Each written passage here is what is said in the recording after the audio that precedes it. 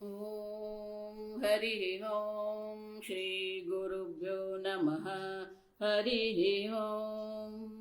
ॐ पार्थाय प्रतिबोधितां भगवता नारायणेन स्वयं व्यासेन ग्रथितां पुराणमुनिना मध्ये महाभारतम् अद्वैतामृतवर्षिणीं भगवतीम् अष्टादशाध्यायिनीम् अम्ब त्वामनुसन्दधामि भगवद्गीते भवद्वेषिणीम्। नमोऽस्तु ते व्यासविशालबुद्धे पुल्लारविन्दायतपात्रनेत्र येन त्वया भारततैलपूर्णः प्रज्वालितो ज्ञानमय प्रदीपः प्रपन्नपारिजाताय स्तोत्रवेत्रैकपाणये ज्ञानमुद्राय कृष्णाय गीतामृतदुहे नमः। सर्वोपनिषदो गावः दोग्धा गोपालनन्दनः पार्थो वत्ससुधीर्भोक्ता दुग्धं गीतामृतं महत्। वसुदेवसुतं देवं कंसचाणूरमर्दनं देवकी परमानन्दं कृष्णं वन्दे जगद्गुरुं। भीष्मद्रोण तथा जयद्रथजला गान्धारनीलोत्पला शल्यग्राहवती कृपेण वहने कर्णेन वेलाकुला। अश्वत्थामविकर्णघोरमकर दुर्योधनवर्तिनी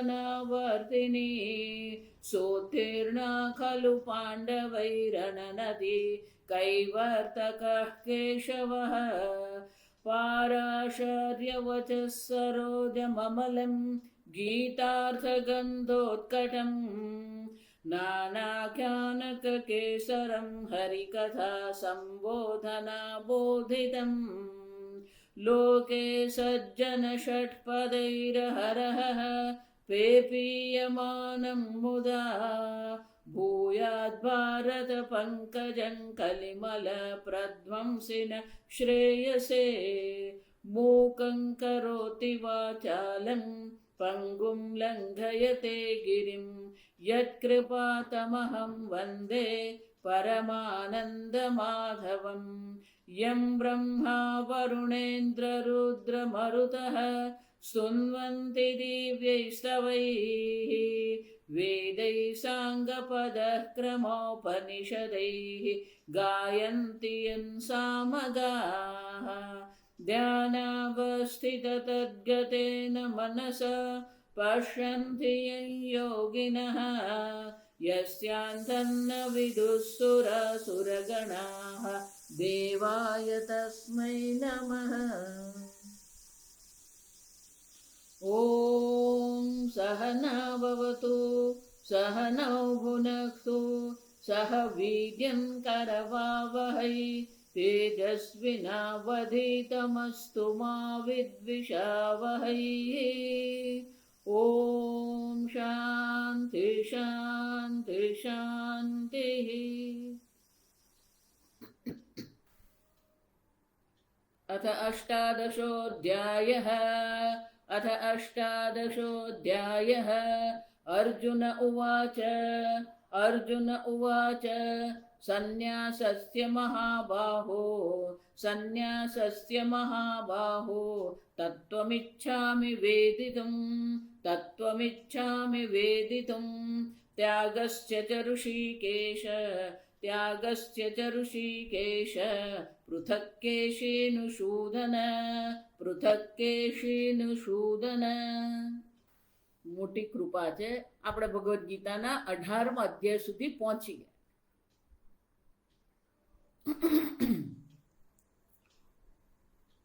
18મો અધ્યાય શંકરાચાર્યજી સંગતિ આપતા કહે છે સર્વસ્ય હિ ગીતા શાસ્ત્રસ્ય અર્થઃ અસ્મિન અધ્યાય ઉપસંહૃત્ય।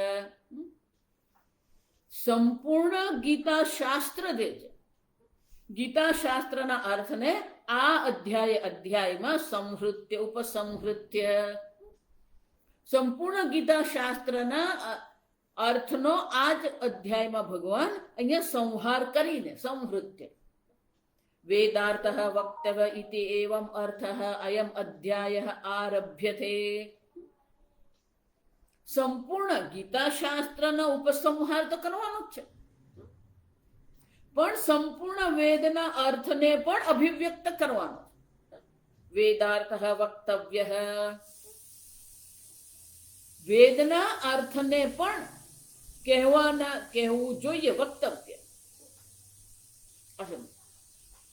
ઇતિ અર્થ અયમ અધ્યાય આરભ્યતે.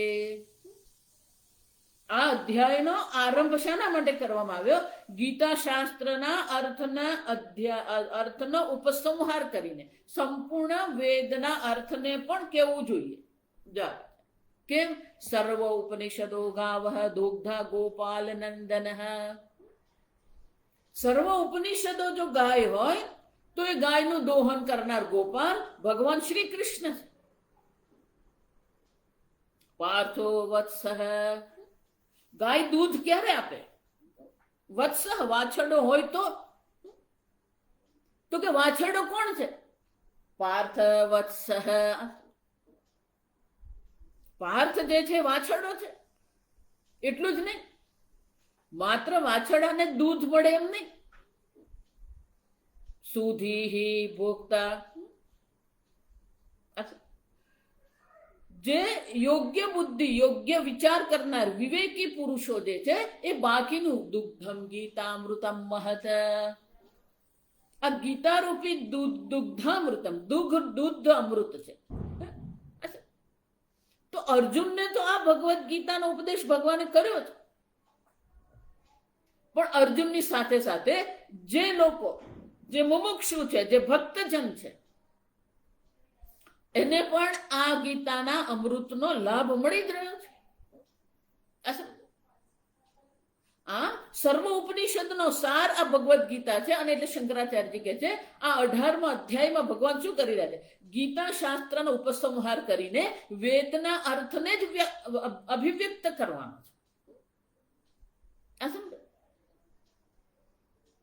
પણ આ અધ્યાયનો આરંભ જે છે એ અર્જુનના પ્રશ્નથી થાય છે. આ સમજો. તો અર્જુનનો જે પ્રશ્ન છે, ત્રીજા અધ્યાયમાં પણ અર્જુને આ જ પ્રશ્ન કરેલા. સમજો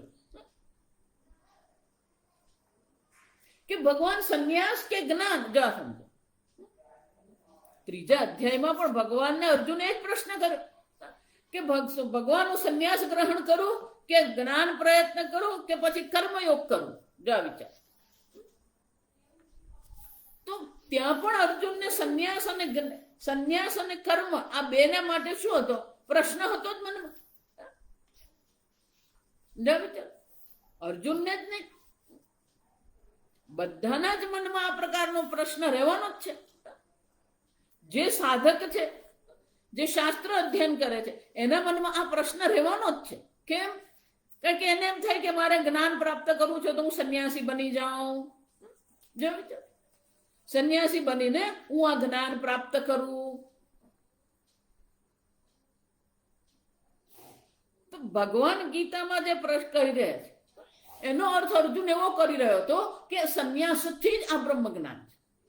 જાયસી ચેત કર્મણસ્તે મતા બુદ્ધિર જનાર્દન તત્કિમ કર્મણિ ઘોરે મામ નિયોજયસી કેશવ. ભગવાન આ કર્મ કરતા જ્ઞાન શ્રેષ્ઠ છે, વધુ યોગ્ય છે. તો પછી આ ઘોર કર્મ યુદ્ધમાં તસ્માદ યુદ્ધસ્વ ભારત. ભગવાન તમે મને શું કામ એવું કહો છો કે એટલા માટે તું યુદ્ધ કર? વ્યામિશ્રેણ વાક્યેન બુદ્ધિ મોહયસી ઈવ મે. મારી બુદ્ધિની આ મર્યાદા છે, તમે જ નહીં. મને એવું લાગી રહ્યું છે જાણે કે મિશ્ર વાક્ય છે. જો વિચાર. વ્યામિશ્રેણ, મને વિરોધાભાસી વાક્ય. એક ભાગ તમે કહો છો સ્થિત પ્રજ્ઞાના લક્ષણમાં, તમે કહો છો આ જ્ઞાન દ્વારા જ શાંતિની પ્રાપ્તિ થાય છે, પરમ શાંતિની પ્રાપ્તિ છે, જ્ઞાન દ્વારા જ મોક્ષ છે. બીજા બાજુ તમે મને એમ કહો છો કે તું યુદ્ધ કર.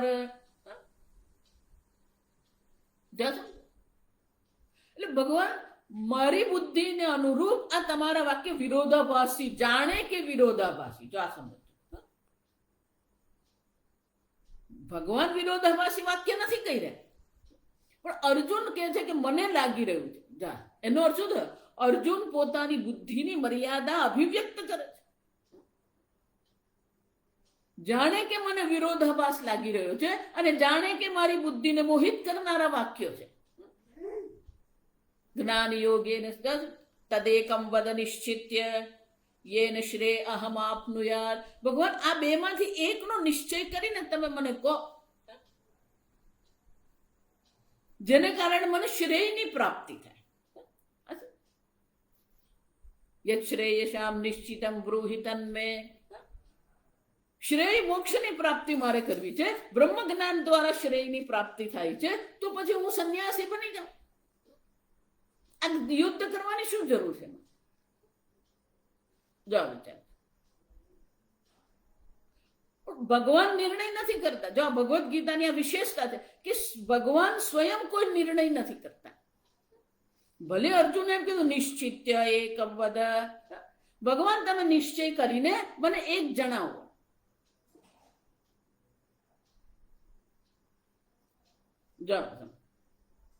પણ ભગવાનનો ઉત્તર શું હતો? લોકેસ્મિન દ્વિવિધા નિષ્ઠા પુરા પ્રોક્તા મયા નઘ. અર્જુન, આ જગતમાં મેં બે પ્રકારની જીવન પ્રણાલીનો ઉપદેશ જ કર્યો છે. જ્ઞાન યોગેન સાંખ્યાનામ કર્મ યોગેન યોગીનામ. સાંખ્યાનામ સંન્યાસીઓ માટે જ્ઞાન યોગનો જીવન પ્રણાલી. જો આ સમજો, દ્વિવિધા નિષ્ઠા એટલે શું છે? બે પ્રકારની જીવન પ્રણાલી છે. એક નિવૃત્તિ પરાયણ છે, બીજી પ્રવૃત્તિ પરાયણ છે. એમાં કોઈ ઉત્કૃષ્ટ છે અને કોઈ નિકૃષ્ટ છે એવું નથી. એવું નહીં માનવાનું કે સંન્યાસીઓ એટલે બહુ શ્રેષ્ઠ છે અને પેલો ગ્રહસ્થ છે એટલે નકામો છે. નહીં. સમજો, સંન્યાસી કોને કહેવામાં? સર્વ સંકલ્પ સંન્યાસી, જેને ધર્મ અર્થ કામમાં કોઈ રુચિ જ નથી, જેને મોક્ષ જ જેના જીવનનું લક્ષ્ય છે, એ સંન્યાસી છે.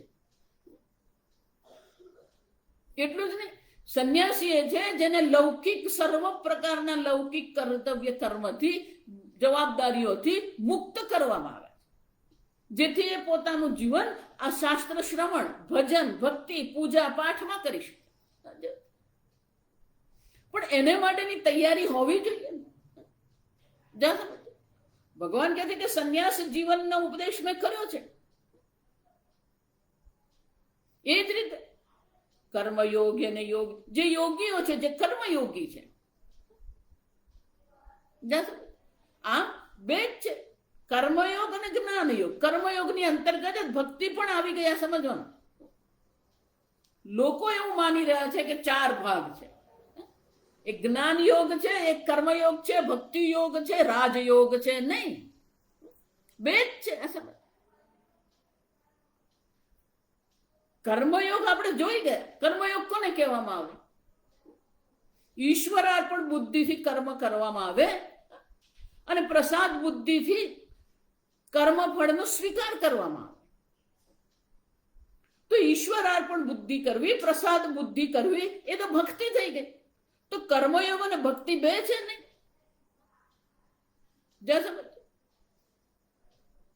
એટલું જ ને, ભક્તિમાં પણ કર્મ છે. ભક્તિ કરો, તમે જપ કરો, પૂજા કરો, પાઠ કરો, તો એ કર્મ છે. કર્મયોગ અને ભક્તિયોગ બે વિભાગ કરવા જે મોટા મોટે ભૂલ છે. શંકરાચાર્યજી ભગવદ્ ગીતાના સંગતિ ભાષ્યમાં શું કહે છે? પ્રસ્તાવના, ઉપોદ્ઘાત ભાષ્ય છે.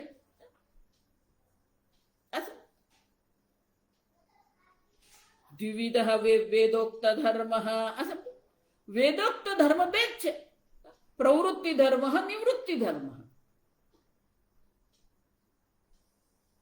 જે બ્રહ્મચારી છે, જે ગ્રહસ્થ છે, જે વાનપ્રસ્થ છે, એ કર્મયોગી છે. સંન્યાસ નિવૃત્તિ પરાયણ જીવન. ભગવાન અર્જુનને નિશ્ચય કરીને કહેતા નથી કે તું સંન્યાસી બની જા અથવા તો તું યુદ્ધ કર, પણ ભગવાન એને કહે છે કે તું વિચાર, કે તું સંન્યાસ માટે યોગ્ય છે તારું મન કે કર્મ માટે છે.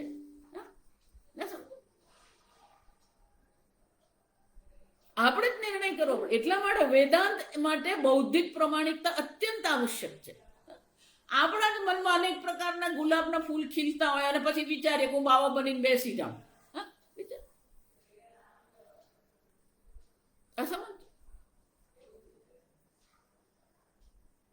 આપણી બૌદ્ધિક પ્રમાણિકતા હોવી જોઈએ, કારણ કે કર્મયોગી પણ જ્ઞાન પ્રાપ્ત કરી શકે.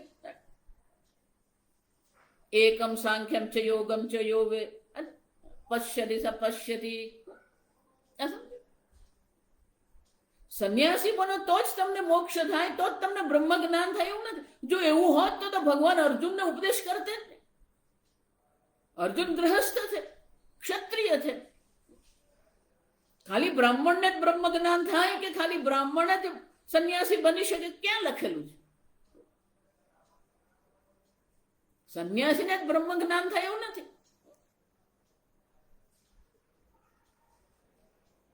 ભગવાન જે પરંપરા બતા એવમ પરંપરા ક્ષત્રિય પરંપરા, સૂર્યવંશની પરંપરા ભગવાને દર્શાવી 4થા અધ્યાય. એવમ વિવસ્વદમ પ્રોક્તવાન વિવસ્વાન મનવે પ્રાહુ મનુરીક્ષ્વા કવે ભ્રવિત. એવમ પરંપરા ક્ષત્રિય પરંપરા.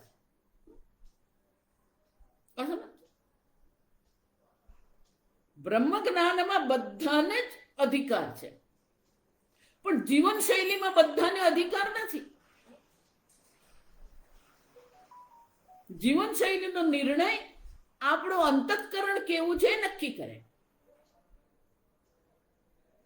એટલે ભગવાન નિર્ણય નથી કરતા, પણ ભગવાન ફરીથી એને સમજાવે છે કે કર્મયોગ શું છે અને કર્મયોગ કેમ ઉપયોગી છે. કર્મથી જ અંતઃકરણની શુદ્ધિ છે. કર્મ દ્વારા જ આપણે અંતઃકરણ શુદ્ધ પ્રાપ્ત કરી શકીએ. જો અંતઃકરણની શુદ્ધિ નથી અને સંન્યાસ ગ્રહણ કરી લીધો તો પોતાને માટે અને સમાજને માટે એક સમસ્યા છે. પણ છતાંય 3જા 4થા અધ્યાયમાં ભગવાન ફરીથી કે સમજાવે છે અર્જુન. છતાં અર્જુનને સ્પષ્ટ નહીં થયું તો 5મા અધ્યાયમાં ફરીથી ભગવાનને આ જ પ્રશ્ન કરે છે. સંન્યાસમ કર્મણામ કૃષ્ણ પુનર્યોગમ ચ શંસસી. ભગવાન ક્યારેક તમે સંન્યાસની પ્રશંસા કરો છો, ક્યારેક તમે યોગ કર્મયોગની પ્રશંસા કરો છો. યશ્રેય એતયોહો એકમ તન્મે બ્રૂહિ સુનિશ્ચિતમ. ભગવાન આ બેમાંથી એકનો નિશ્ચય કરીને મને જણાવો. જા સમજો.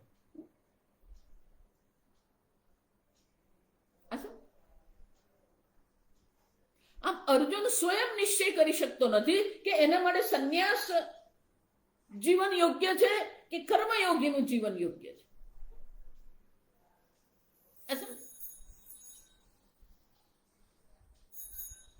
વળી પાછો એક પ્રશ્ન કરે.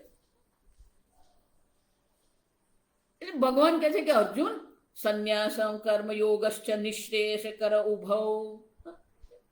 બંને જ શ્રેય કરના છે. કર્મયોગ છે, કર્મયોગ દ્વારા અંતઃકરણ શુદ્ધિની પ્રાપ્તિ થશે તો બ્રહ્મ જ્ઞાન અવશ્ય પ્રાપ્ત થશે. અને સંન્યાસી બની ગયો પણ જો અંતઃકરણની શુદ્ધિ નથી તો ભગવાન કે છે સંન્યાસસ્તુ મહાબાહો દુઃખમ આપતુમ અયોગત. અયોગત કર્મયોગ યુક્ત ભાવનાથી જેણે જીવન જીવ્યું નથી, જેણે પોતાનું જીવન કર્મયોગની ભાવનાથી જીવ્યું, ઈશ્વરાર્પણ બુદ્ધિ, પ્રસાદ બુદ્ધિ, શરણાગતિની ભાવના, આ ભાવના સહિત જેનું જીવન, અને એ સંન્યાસી બની ગયો. આમ સંન્યાસીને જ મોક્ષ પ્રાપ્ત થાય એવું નથી. ભગવાન શું કહે છે? ઉભૌ નિશ્રેયસ કરો. બંને જ શ્રેય માર્ગને લઈ જનાર છે. આ સમજો. બંને જ આપણને મોક્ષ પ્રાપ્ત કરાવનાર છે, કલ્યાણ કરનારા છે.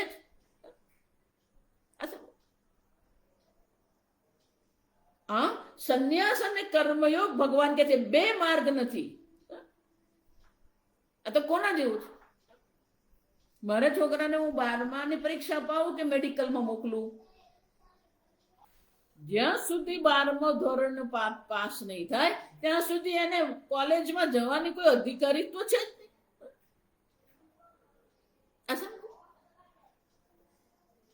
એટલે ભગવાન આગળ કે છે અયોગત. જેના જીવનમાં કર્મયોગ નથી, જેના જીવનમાં ભક્તિ યોગ નથી, એ સંન્યાસી બની ગયો. યોગ યુક્ત મુનિ બ્રહ્મચિરેણાધિ ગચ્છતિ. જો યોગ યુક્ત છે, કર્મયોગ પરાયણ જીવન જેનું છે, ભક્તિ પરાયણ જીવન જેનું છે, એને તત્કાળ બ્રહ્મ જ્ઞાનની પ્રાપ્તિ થાય. પછી એ સંન્યાસી છે કે ગ્રહસ્થ છે, કોઈ એને સંબંધ નથી. આ સમજ. અને એટલે ભગવાન શું કહે છે? સંન્યાસ અને કર્મયોગ બંને જ કલ્યાણકારી છે આપણા માટે. આ સમજ. તયોસ્તુ કર્મ સંન્યાસાત કર્મયોગ વિશિષ્યતે. માત્ર કર્મનો ત્યાગ કરીને, કર્તવ્ય કર્મનો ત્યાગ કરીને જે બેઠો છે, આ સમજો. કર્મ સંન્યાસ શબ્દ જે છે ને બહુ મહત્વનો છે. કર્મનો ત્યાગ કરીને બેસી જાય તો ભગવાન કહે છે કર્મનો ત્યાગ કરવા કરતા તો કર્મયોગ એટલે કે કર્મયોગ યુક્ત જીવન જેનું છે એ યોગ્ય છે. કર્મનો ત્યાગ કરવા માત્રથી કોઈ સંન્યાસી નહીં બને. અને એટલે ભગવાન ક્યાં કહે છે કર્મ તયોસ્તુ તયો, આ બંનેમાં કર્મ સંન્યાસાત કર્મયોગ વિશિષ્યતે. અંગ્રેજીમાં કહે સેફ સાઈડ કહેવાય. કર્મયોગનો માર્ગ જે છે કેવો છે? સુરક્ષિત માર્ગ છે. પણ સંન્યાસ લઈ લીધો, અંતઃકરણ શુદ્ધિ નથી. મનમાં અનેક પ્રકારના રાગ દ્વેષ પડે. 3જા અધ્યાયમાં ભગવાને વાત કરી છે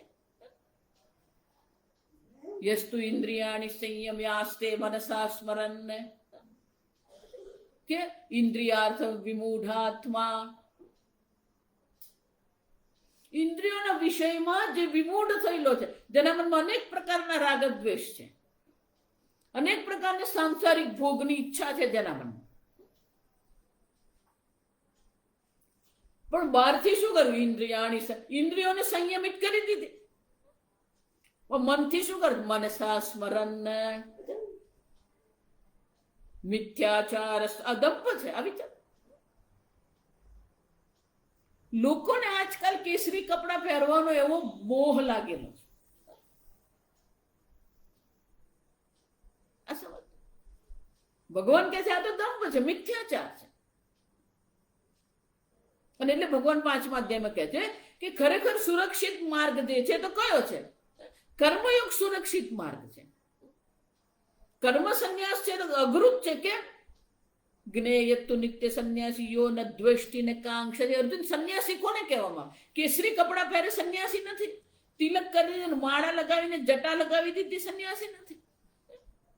યો ન દ્વેષ્ટિ ન કાંક્ષતિ. જેને પોતાના જ રાગ દ્વેષથી વૈરાગ્ય છે, પોતાના જ રાગ દ્વેષથી વૈરાગ્ય થવો એ સંન્યાસ છે. આમ ભગવાન નિશ્ચય કરતા નથી, અર્જુનને સમજાવે છે કે સંન્યાસ કોને કહેવામાં આવે, સંન્યાસ જીવન કેવું હોય, કર્મયોગ કોને કહેવામાં આવે, કર્મયોગનું જીવન કેવું. કાયેન વાચા મનસા કેવલ ઇન્દ્રિયૈઃ યોગિનઃ કર્મ કુર્વન્તિ સંગમ ત્યક્ત્વા આત્મશુદ્ધયે.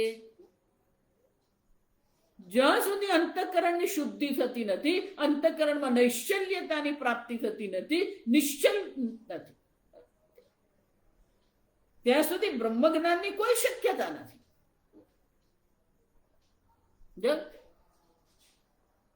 કર્મયોગ દ્વારા જ આપણે અંતઃકરણની શુદ્ધિ પ્રાપ્ત કરી શકીએ. ધ્યાન ઉપાસના દ્વારા જ આપણે બ્રહ્મ જ્ઞાન પ્રાપ્તિ માટેનું અધિકારીત્વ પ્રાપ્ત કરી શકીએ. આ સમજો. અને એટલા માટે યોગી કોને કહેવામાં આવે? યોગી એ છે જે સર્વ પ્રકારથી ઈશ્વરાર્પણ બુદ્ધિથી જ પોતાનું જીવન જીવે છે. સંપૂર્ણ તે આપણી સંસ્કૃતિ કેવી છે, સવારે ઉઠીએ ત્યાંથી જ ભક્તિ. જો આવી છે, સવારે ઉઠીએ જ એટલે ભગવાનની ભક્તિ થઈ જ જાય. કરાગ્રે વસતે લક્ષ્મી, કર મૂલે સરસ્વતી, કર મધ્યે તુ ગોવિંદ, પ્રભાતે કર દર્શનમ. જો આવી છે, રાત્રે સુઈ જાય ત્યારે પણ શું છે? કાયેન વાચા મનસેન્દ્રિયર્વા બુદ્ધ્યાત્મના વા પ્રકૃતિ સ્વભાવાત કરોમિ યદ્યત સકલમ પરસ્મે નારાયણાયેતિ સમર્પયામિ. જેણે આ પ્રકારથી ઈશ્વરાર્પણ બુદ્ધિથી જે જીવન જીવ્યો નથી, એને માટે સંન્યાસ યોગ્ય નથી. સંન્યાસ એના માટે મિથ્યાચાર બની જવાનો.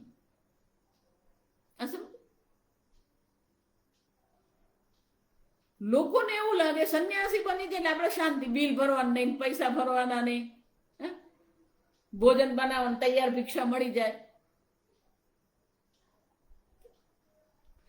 લોકો બાહ્ય જીવનથી એટલા બધા આકર્ષિત થઈ જાય. પણ સંન્યાસી કોને કહેવામાં? સંન્યસ્ય શ્રવણમ કુર્યાત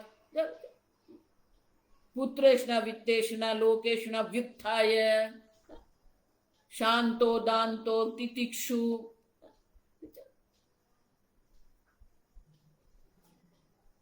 આ સંન્યાસના લક્ષણ. વિવેક છે, વૈરાગ્ય છે, શમઃ દમઃ તિતિક્ષા. તિતિક્ષા, શ્રદ્ધા, સમાધાન, ઉપરતિ. વેદાંતના સાધન ચતુષ્ટય અને સંન્યાસી કઈ બે નથી. આ સમજો, એક જ છે. આ સંન્યાસીના લક્ષણ છે. પણ એ લક્ષણ હજી આપણામાં આવ્યા નથી. આપણે હજી કેળવવાની જરૂર છે. તો પછી કર્મયોગ જ આપણા માટે યોગ્ય છે.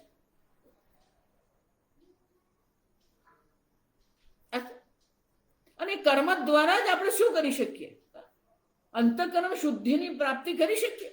છઠ્ઠા અધ્યાયમાં, સાતમા અધ્યાયમાં બધે ભગવાને વાત કરી. પત્રમ પુષ્પમ ફલમ તોયમ યો મે ભક્તા પ્રયચ્છતિ તદ્ભક્તા ઉપસમ. ભક્તિપૂર્વક જે મને આપવામાં આવ્યું છે એને હું સ્વીકારું છું. નમે ભક્ત પ્રણિષ્યતિ. મારા ભક્તનો વિનાશ ક્યારેય થતો નથી. મારા ભક્તનું પતન ક્યારેય થતું નથી.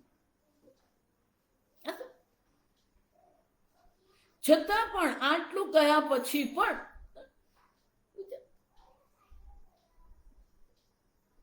હજી અર્જુનના મનમાં પ્રશ્ન છે. જો વિચાર,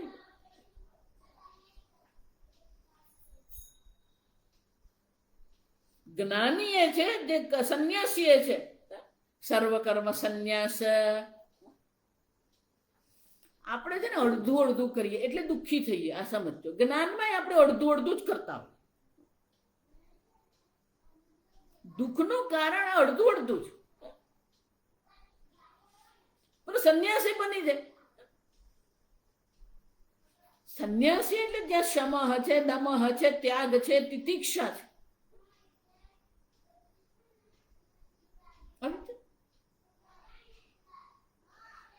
બાહ્ય વસ્ત્ર એ સંન્યાસ નથી. તમારા અંતઃકરણનો જે સ્વભાવ જે છે ને એને સંન્યાસ કહેવાય.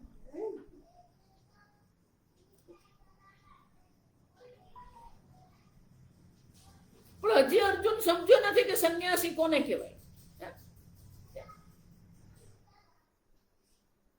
5મા અધ્યાયમાં સર્વકર્મ સંન્યાસ, 4થા અધ્યાયમાં, 6થા બધે ભગવાને આ વાત કરી છે. આ સમજો.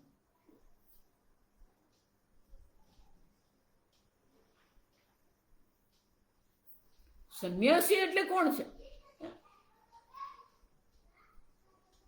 જેને આ જગતને બાબતોમાં રુચિ જ નથી. શાસ્ત્ર શ્રવણ જ જેની રુચિ છે.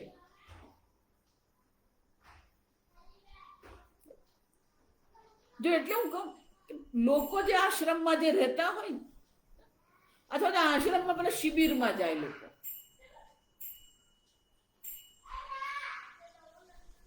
2 દિવસ જ ડાયો થઈને બેઠો હોય આસામ, ત્રીજે દિવસથી એક પેલું સંસારીપણું પ્રગટ થઈ જ જાય. ક્યાંથી આવ્યો, કોણ છે, રિટાયર થઈ ગયા, શું કરતા હતા, કેટલા છોકરા, એ જ પાછું ચાલુ છે.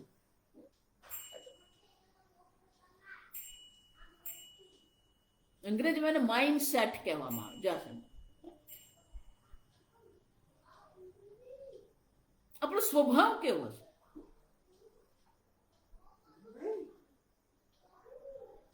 સ્વભાવથી માણસ સંન્યાસી, બાહ્ય જીવન શૈલી નહીં.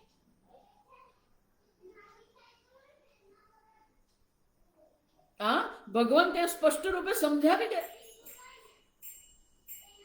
છતાં પણ હજી અર્જુનના મનમાં પ્રશ્ન છે. સર્વેષુ હિ અતીતેષુ અધ્યાય ઉક્ત અર્થ અસ્મિન અધ્યાય અવગમ્યતે. શંકરાચાર્ય કહે છે અત્યારે 17 અધ્યાયોમાં જે કહેવામાં આવ્યું ને એ સર્વનો અર્થ આ 18મા અધ્યાયમાં આપણે જાણી શકીએ.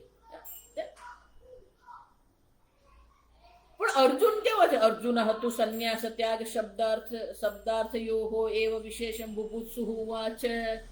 પણ હજી અર્જુનના મનમાં ત્યાગ કોને કહેવાય, સંન્યાસ કોને કહેવાય, કર્મયોગ કોને કહેવાય, હજી અર્જુનના મનમાં ગરબડ ચાલી રહી છે. એટલા માટે સંન્યાસ અને ત્યાગ શબ્દના અર્થને જાણવાની ઈચ્છા, બુભુત્સુ, જાણવાની ઈચ્છા વાળો અર્જુન છે. જિજ્ઞાસુ જ્ઞાનની ઈચ્છા. જ્ઞાન શબ્દ જે છે એના માટે અનેક ધાતુ છે, વિદ ધાતુ પણ છે. વેત્તી, એ જ રીતે બુદ્ધ ધાતુ છે, એ જ રીતે જ્ઞા ધાતુ છે. તો જ્ઞા ધાતુ પરથી જ્યારે બને સન પ્રત્યય લાગે જિજ્ઞાસુ, જ્ઞાનનો ઈચ્છુક. વિવિધિષુ, એ પણ અર્થ જાણવાની ઈચ્છા. એ જ રીતે બુભુત્સુ, બુદ્ધ ધાતુ પરથી આવે. બુભુત્સુ જાણવાની ઈચ્છા વાળો અર્જુન છે. કયો? સંન્યાસ ત્યાગ શબ્દ અર્થયો. સંન્યાસ અને ત્યાગ જે શબ્દ છે એ બંને શબ્દના અર્થને જાણવાની ઈચ્છા એને છે. અને એટલે ભગવાનને પ્રશ્ન કરી રહ્યો છે. 12મા અધ્યાયમાં ભગવાનને પ્રશ્ન એને કરેલો છે.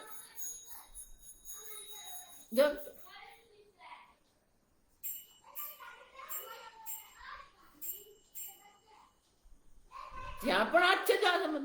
હું વિરાટની ઉપાસના કરું કે નિર્ગુણ બ્રહ્મની ઉપાસના કરું? પણ ભગવાન એને એક વાતની સ્પષ્ટતા કરી દે છે કે આ અનેક માર્ગ નથી, માર્ગ એક જ છે. જો આ સમજો બરાબર.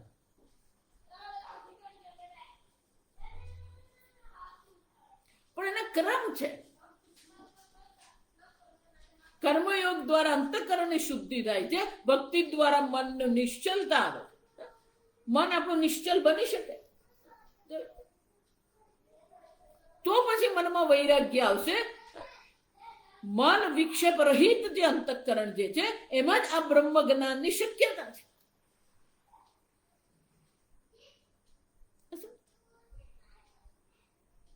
કેટલાક મહાત્માઓ તો એવું કે આ ભગવાને 18 યોગ કયા. જો પેલો યોગ શબ્દનો અર્થ પણ યોગ કરે, એટલે કે 18 માર્ગથી આપણે ભગવાનને પ્રાપ્ત કરી શકીએ. કેવા કેવા અર્થ લોકો કરે.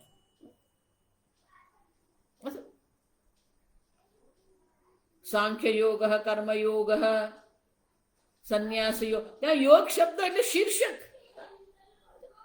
શીર્ષક કોને કહે? જે મુખ્ય વિષય હોય.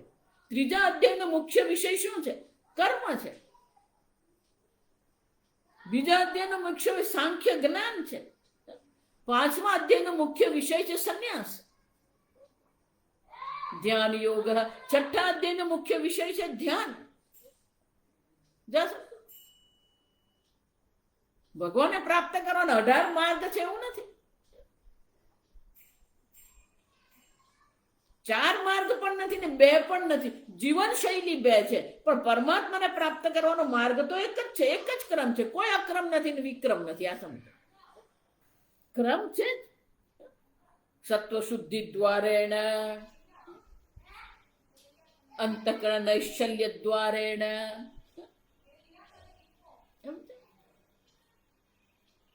શંકરાચાર્ય 13મા અધ્યાયમાં સ્પષ્ટ રૂપથી કહી ગયા,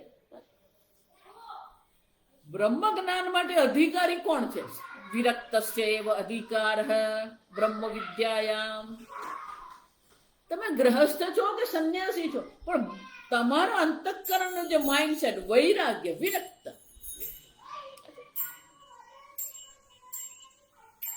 વૈરાગ્ય મહત્વનું છે. જવાબ, વૈરાગ્યથી જ આ બ્રહ્મ જ્ઞાન. કર્મયોગ ભક્તિયોગ પણ શાના માટે છે? વૈરાગ્ય માટે છે. કર્મથી વૈરાગ્ય એટલે કે ઈશ્વર અર્પણ બુદ્ધિ છે, કર્મ ફળથી વૈરાગ્ય એટલે કે પ્રસાદ બુદ્ધિ છે. હા, પણ અર્જુનના મનમાં અજય પ્રશ્ન જ છે. અર્જુન એટલે આપણે જ બધા સમજ, આપણને હજી મનમાં એવું જ હોય કે હું સંન્યાસી બની જાઉં કે નહીં.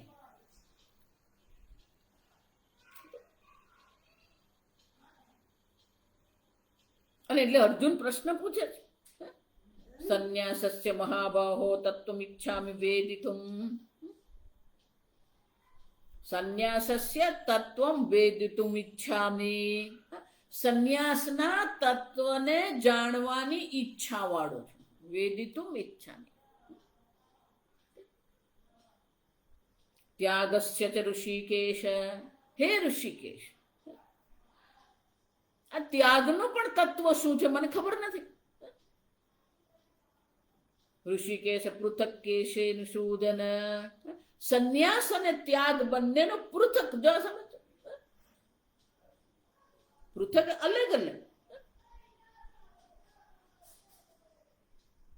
સંન્યાસ શબ્દાર્થસ્ય ઇતિ એતત મહાબાહો તત્વમ તસ્ય ભાવઃ તત્વમ યાથાત્મમ ઇતિ એતદ ઇચ્છામિ વેદિતુમ જ્ઞાતુમ. સંન્યાસ શબ્દનો અર્થ શું છે?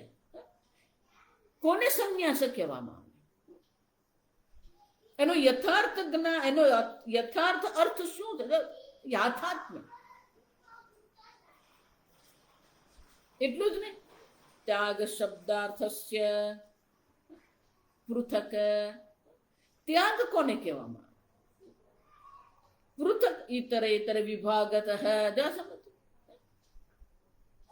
સંન્યાસ અને ત્યાગ બંને શબ્દના અર્થ મારે જાણવા છે.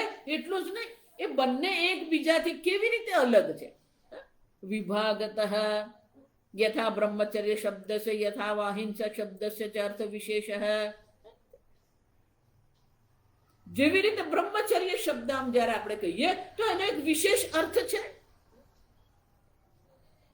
એ જ રીતે અહિંસા શબ્દ જયારે કહીએ તો અહિંસા શબ્દનો એક વિશેષ અર્થ છે. એ જ રીતે સંન્યાસ શબ્દસ્ય ત્યાગ શબ્દસ્ય ચ અર્થ વિશેષ વક્તવ્ય.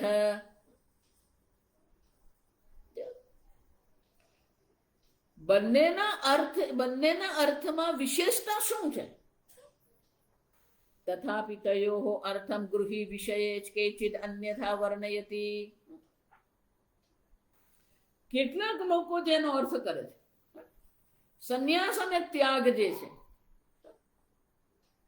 લોકો અલગ અલગ પ્રકારથી એનો અર્થ કરતા હોય છે. કેટલાક લોકો એવું માની રહે કે સંન્યાસી એટલે શું? બાહ્ય રૂપથી સંન્યાસ જીવન ગ્રહણ કરી લીધું છે, પણ આંતરિક રીતથી એ સંન્યાસી બન્યો છે ખરો?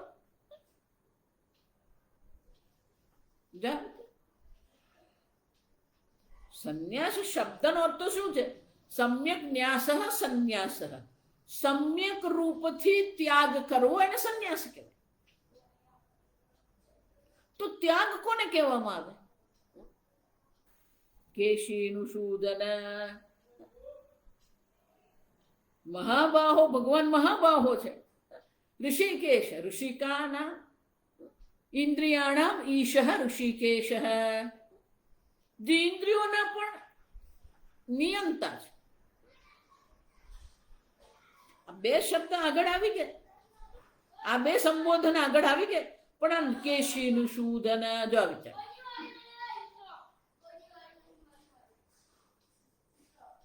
એટલે શંકરાચાર્યજી આ કેશીનું શૂદન શબ્દનો અર્થ કે કેશી નામા હયચ્છદ્મા અસુર. કેશી નામનો જે કેશી નામનો અશ્વ હતો, એ અશ્વના રૂપમાં પેલો અસુર ભગવાનની સામે ગયો. તમ નિષૂદિતવાન ભગવાન, એને મારનાર ભગવાન છે. ભગવાને કેશી નામના અશ્વ, જે અસુર, કેશી નામના અશ્વ રૂપે જે અસુર ત્યાં ગયો હતો, એને ભગવાને મારી નાખ્યો. ભગવાન વાસુદેવ નામના સંબોધ્ય તે અર્જુને, અને એટલા માટે ભગવાનને એ નામથી સંબોધન કરી રહ્યો છે. પણ કેમ કરી રહ્યો છે? છદ્મા હયત છદ્મા, અસુર છે, પણ છળ કપટથી અશ્વના રૂપમાં ભગવાન સામે ગયો.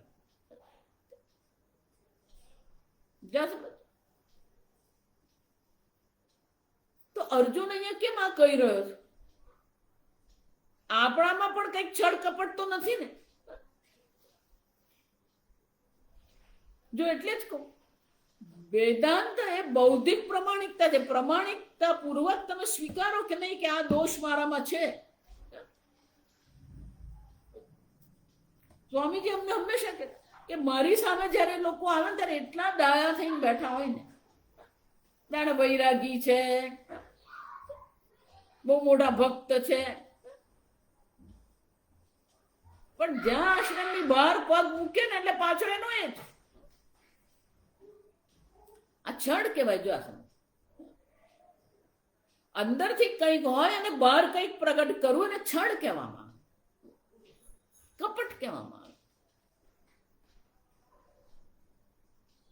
સંન્યાસી અને છળ કપટ બે સાથે જાય જ નહીં. અને કેટલા દિવસ તમે છુપાવી શકો? ક્યારેક ને ક્યારેક તો તમારું છળ પ્રગટ થાય જ. અને એટલે અર્જુન કહે છે, ભગવાન આ સંન્યાસ શબ્દ અને ત્યાગ શબ્દનો જે અર્થ છે, એ બંનેનો અર્થ મારે જાણવો છે. પણ અર્જુન તું આવું શું કામ પૂછે છે? તો કે ભગવાન તમે આ બંને શબ્દના પ્રયોગ કરે છે. સંન્યાસ યોગાદિયતય, યતિઓ છે જે સંન્યાસ યોગથી જ આ બ્રહ્મ જ્ઞાન પ્રાપ્ત કરે. ત્યાગે નૈક અમૃતત્વ માનસુઃ ઇતિ તયોઃ શબ્દયોઃ.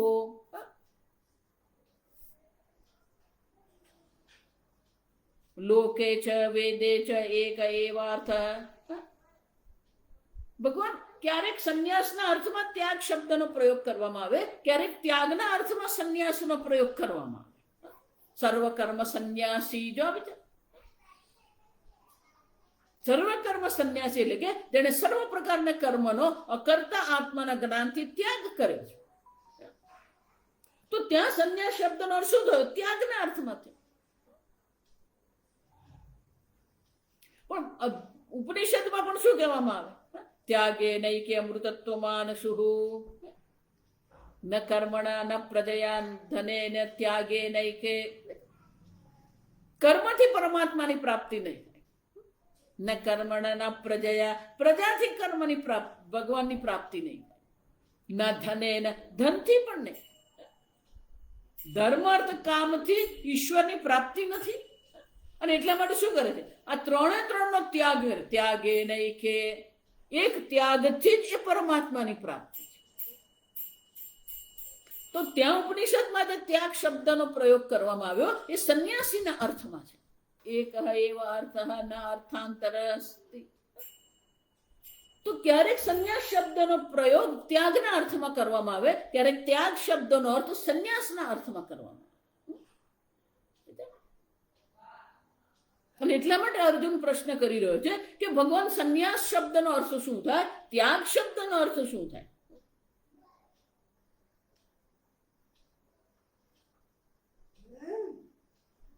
કે ભગવાન આગળ ક્યારેક ત્યાગ શબ્દનો પણ પ્રયોગ કર્યો, ક્યારેક સંન્યાસ શબ્દનો પણ પ્રયોગ કરેલો. ત્યાગાત શાંતિરનંતરમ. તો ભગવાન ત્યાગથી જ પરમ શાંતિની પ્રાપ્તિ થાય. તો ત્યાં ત્યાગ એટલે શું? સામાન્ય રીતે ત્યાગ આપણે કોને કહીએ? ત્યાગ એટલે ભૌતિક રૂપે કોઈ વસ્તુને છોડી અને ત્યાગ કહેવામાં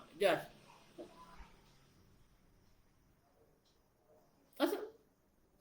સંન્યાસ એટલે એક જીવન શૈલી છે, પણ શાસ્ત્રમાં અને લોકમાં સંન્યાસ અને ત્યાગ શબ્દ જે છે એ બંને પરસ્પર સમાન હોય એવું દેખાય. અને એટલે શું છે? પૃથક. પૃથક એટલે ઇતર ઇતર વિભાગત. આ સંન્યાસ છે, આ ત્યાગ છે, આ બંનેનો વિભાગત મને અર્થ ભગવાન જણાવો. વિભાગત અર્થ જાણવાની મને ઈચ્છા છે. વેદિતુમ ઈચ્છામિ, એને જાણવાની મને ઈચ્છા છે. આવું અર્જુન કેમ પૂછે? તત્ર તત્ર નિર્દેષ્ટૌ સંન્યાસતાગ શબ્દૌ ન નિર્લુંઠિતાર્થૌ પૂર્વેષુ અધ્યાયેષુ. મેં જે કહ્યું ને કે આગળના અધ્યાયોમાં આ સંન્યાસ શબ્દ અને ત્યાગ શબ્દ બંને શબ્દનો પ્રયોગ કરવામાં આવે, પણ એ જ્યારે એ શબ્દનો પ્રયોગ કરવામાં આવ્યો ત્યારે શું છે? નિર્લુંઠિતાર્થો. બંનેનો અર્થ જે છે સ્પષ્ટ અર્થ નથી. ત્યાગના અર્થમાં પણ સંન્યાસનો પ્રયોગ છે અને સંન્યાસના અર્થમાં પણ ત્યાગનો પ્રયોગ કરવામાં આવે. આ બંનેના અર્થની સ્પષ્ટતા ત્યાં નથી. પૂર્વેષુ અદ્યતઃ અર્જુનાય પૃષ્ઠવતે તન્નિર્ણયાય. એનો નિર્ણય કરવા માટે અર્જુન આ પ્રશ્ન કરી રહ્યો છે.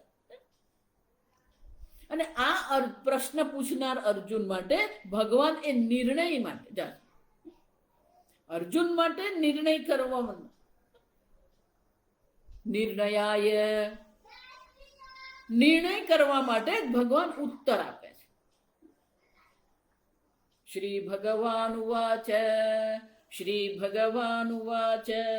કામ્યાનાં કર્મણાં ન્યાસં કામ્યાનાં કર્મણાં ન્યાસં સંન્યાસં કવયો વિદુઃ સંન્યાસં કવયો વિદુઃ સર્વકર્મફલત્યાગં સર્વકર્મફલત્યાગં પ્રાહુસ્ત્યાગં વિચક્ષણાઃ પ્રાહુસ્ત્યાગં વિચક્ષણાઃ. કવયઃ વિદુઃ સંન્યાસઃ સંન્યાસં કવયઃ વિદુઃ. કવિઓ, કે કવિ કોને કહેવામાં? ક્રાંતદર્શી કવિ. આપણે ગુજરાતીમાં કહે જ્યાં ન પહોંચે રવિ ત્યાં પહોંચે કવિ. કવિ એને કહેવાય કે જે આપણી આંખો દ્વારા આપણે જે જોઈએ છે એનાથી પણ કંઈક વિશેષ જે જુએ એને કવિ કહેવામાં. ક્રાંતદર્શી કવિ એટલે માત્ર કાવ્ય લખે નહીં, કોઈ પણ કલાકાર.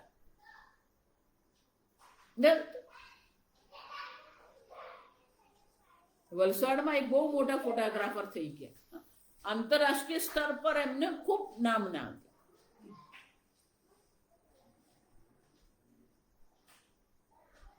તો અનેક પ્રકારની ફોટોગ્રાફી, અનેક પ્રકારના ચિત્ર એ લેતા, ફોટો પાડતા.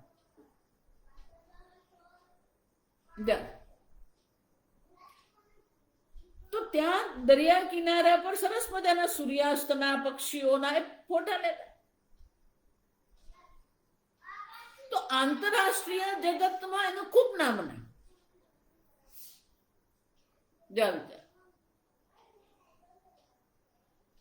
પણ એ જે ફોટો જે પાડતા હતા ક્યાં પાડતા? દરિયા કિનારે, જે બધા જ જતા હોય. જો વિચાર,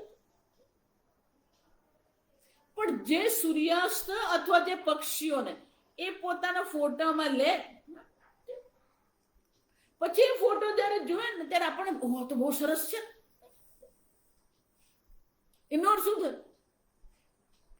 જે સૌંદર્ય એમને ત્યાં જોયું એ આપણી આંખે નહીં જોઈ શક્યા આપણે, પણ જયારે કોઈ ફોટો પાડીને બતાવે ને તો આપણને આ તો બહુ સરસ છે. એનો અર્થ શું? આપણી બે આંખ દ્વારા આપણે જે નતા જોઈ શક્યા એ હમણાં પેલા ફોટોગ્રાફીમાં બતાવ્યું આપણે. ક્રાંતદર્શી,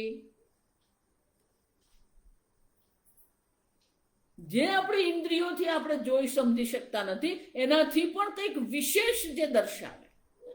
કવયઃ વિદુહુ, એટલે ભગવાન કહે છે આ કવિઓ જે છે, જે શાસ્ત્રને જાણકાર છે, જે વેદને જાણનારા જે છે, એ લોકો એવું કહે છે. કોને સંન્યાસ કહે છે? કામ્યાનામ કર્મણામ ન્યાસમ. કામ્ય કર્મ, 4 પ્રકારના કર્મ આવે.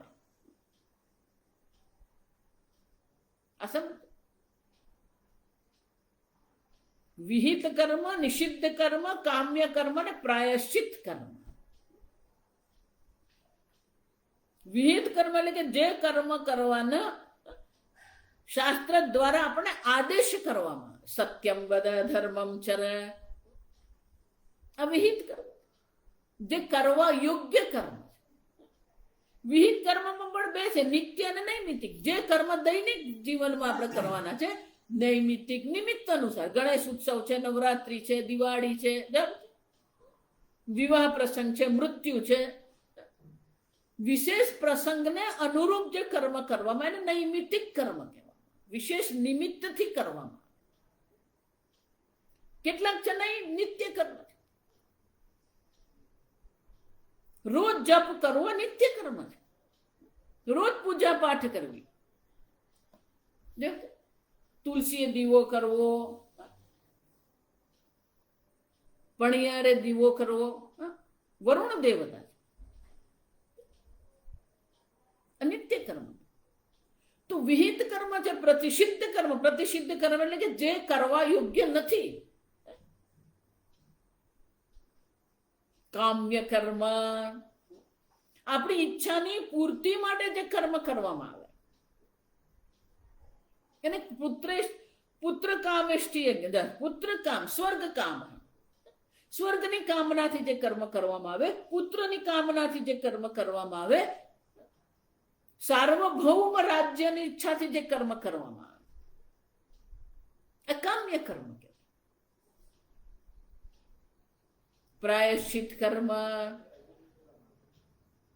કોઈક પ્રકારથી આપણે કોઈ ભૂલ કરી હોય, કોઈ ભૂલચૂક થઈ ગઈ હોય, તો એ ભૂલચૂકને, એ ભૂલચૂકથી આપણને જે પાપ લાગી રહ્યું છે એ પાપની નિવૃત્તિ માટે જે કર્મ કરવામાં આવે પ્રાયશ્ચિત કર્મ. તો ભગવાન અહીંયા એવું કહે છે કે જે શાસ્ત્રના જાણકાર, જે પૂર્વ મીમાંસકો છે, પૂર્વ મીમાંસકો જે છે એ લોકો એવું કહે છે કામ્ય કર્મનો ત્યાગ કરવો એ સંન્યાસ છે. કામ્યાનામ અશ્વમેધાદીનામ કર્મણામ ન્યાસમ પુત્ર કામ, સ્વર્ગ કામ. આમ અનેક કામના છે. કર્મણામ ન્યાસમ પરિત્યાગમ ગૃહસ્થસ્ય સંન્યાસમ. સંન્યાસ શબ્દાર્થમ અનુષ્ઠેયત્વેન પ્રાપ્તસ્ય અનુષ્ઠાનમ અનનુષ્ઠાનમ. જે અનુષ્ઠાન કરવા માટે કહેવામાં આવ્યું છે, સ્વર્ગ કામ હયજેત.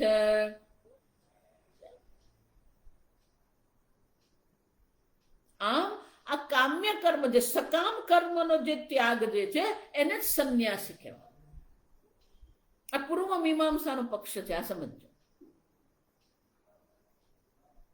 જે કર્મકાંડની દ્રષ્ટિએ વિચારીએ તો નિત્ય નૈમિતિક કર્મ તો કરવાના જ છે, નિષિદ્ધ કર્મ કરવાના નથી.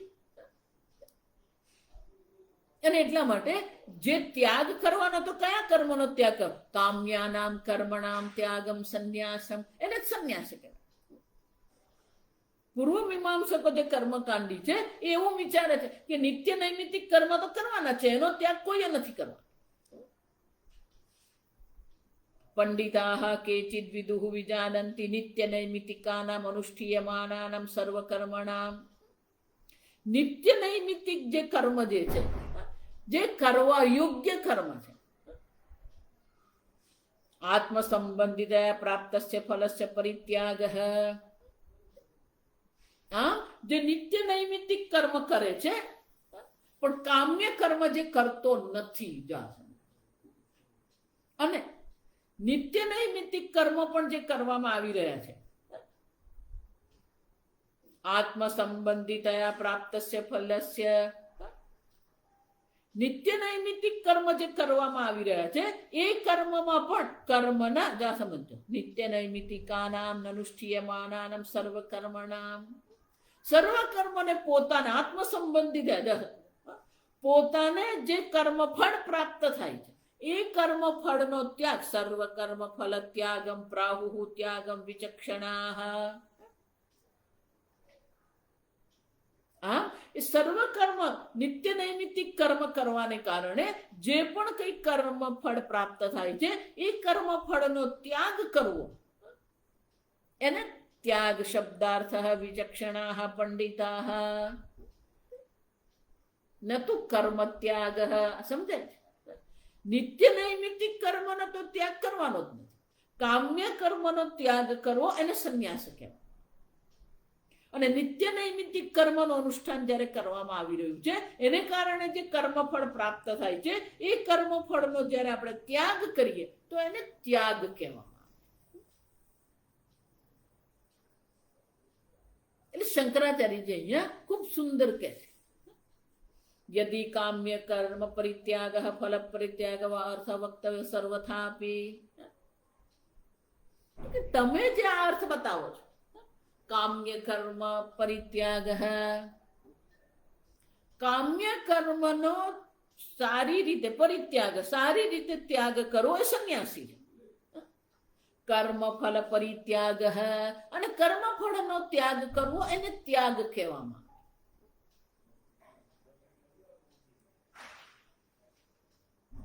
પણ બંનેમાં સામાન્ય તો શું છે? અર્થ સર્વથા અપી ત્યાગ માત્રમ.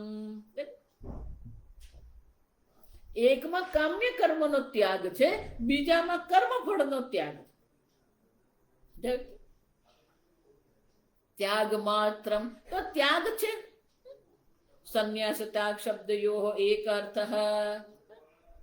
તો પછી બંને જો તમે એમ કહેતા હોય કે કામ્ય કર્મના ત્યાગને સંન્યાસ કહેવામાં આવે, કર્મફળના ત્યાગને ત્યાગ કહેવામાં આવે, પણ બંનેમાં ત્યાગ તો સામાન્ય જ છે. એકમાં કામ્ય કર્મનો પરિત્યાગ કરવામાં આવ્યો, બીજામાં કર્મફળનો પરિત્યાગ કરવામાં આવ્યો. આમ ત્યાગ માત્રને જો તમે કહેતા હોય ત્યાં સંન્યાસ ત્યાગ શબ્દ એક અર્થ, તો બંનેનો અર્થ એક જ થઈ ગયો. સંન્યાસ અને ત્યાગ બંને શબ્દનો અર્થ એક જ થઈ ગયો. જો પણ અર્જુનનો પ્રશ્ન તો શું હતો? પૃથક ઇતર ઇતર વિભાગત. આને સંન્યાસ કહેવાય, આને ત્યાગ કહેવાય. આમ વિભાગ પૂર્વક ભગવાન મને અલગ અલગ દર્શાવે.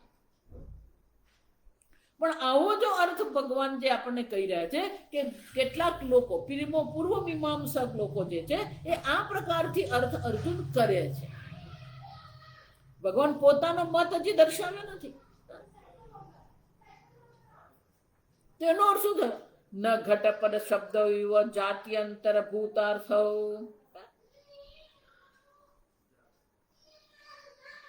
તો પછી જેમ ઘટ અને પટ શબ્દના બંનેના અર્થ જે છે એ બંનેની જાતિ અલગ છે. ઘટ એટલે ઘટ અને પટ એટલે પટ, બંનેના અર્થ અલગ છે. પણ અહીંયા તો સંન્યાસ શબ્દ અને ત્યાગ શબ્દનો તમે જે અર્થ કરો છો એ બંનેનો અર્થ તો માત્ર ત્યાગ માત્ર જ છે.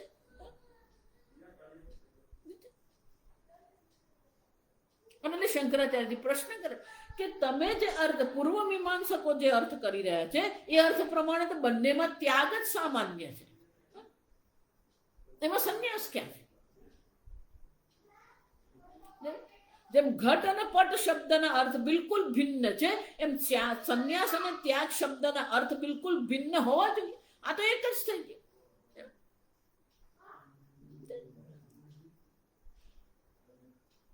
આ પૂર્વ મીમાંસકો જે સંન્યાસનો અર્થ કરે છે અને ત્યાગનો જે અર્થ કરે છે, બંને ખરેખર તો શું છે? ત્યાગ જ છે. એકમાં કામ્ય કર્મનો ત્યાગ છે અને બીજામાં કર્મફળનો ત્યાગ.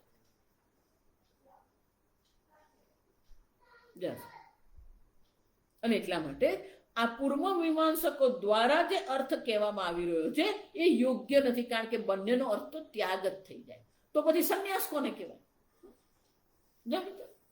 એનો અર્થ શું થયો?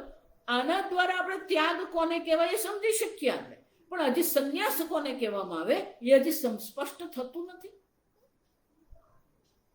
એટલે પેલો પૂર્વ મીમાંસક જે છે ને એ સામે ઉત્તર આપે. આપણે આવતીકાલે જોઈશું. પોતાના અર્થને યોગ્ય ઠરાવવા માટે એ ઉત્તર આપી રહ્યો છે, જે આપણે આવતીકાલે જોઈશું. ઓમ સ્વસ્તિ પ્રજાભ્યઃ પરિપાલયન્તામ ન્યાયેન માર્ગેણ મહિં મહિષાઃ ગોબ્રાહ્મણેભ્યઃ શુભમસ્તુ નિત્યં લોકા સમસ્તા સુખિનો ભવन्तુ કાલે વર્ષતુ પર્જન્યઃ પૃથ્વી સસ્યશાલિની દેશોऽયં ક્ષોભરહિતઃ બ્રાહ્મણા સन्तુ નિર્ભયાઃ. ઓમ સર્વેષાં સ્વસ્તિર્ભવતુ સર્વેષાં શાંતિર્ભવતુ સર્વેષાં પૂર્ણં ભવતુ સર્વેષાં મંગલં ભવતુ સર્વે ભવन्तુ સુખિનઃ સર્વે સन्तુ નિરામયાઃ સર્વે ભદ્રાણિ પશ્યन्तુ મા કશ્ચિદ દુઃખભાગ ભવેत्. અસતો મા સદ્ગમય તમસો મા જ્યોતિર્ગમય મૃત્યોર્મા અમૃતંગમય. ઓમ પૂર્ણમદઃ પૂર્ણમિદં પૂર્ણાત પૂર્ણમુદચ્યતે પૂર્ણસ્ય પૂર્ણમાદાય પૂર્ણમેવાવશિષ્યતે. ઓમ શાંતિ શાંતિ શાંતિ. હરિ ઓમ. શ્રી ગુરુભ્યો નમઃ. હરિ ઓમ.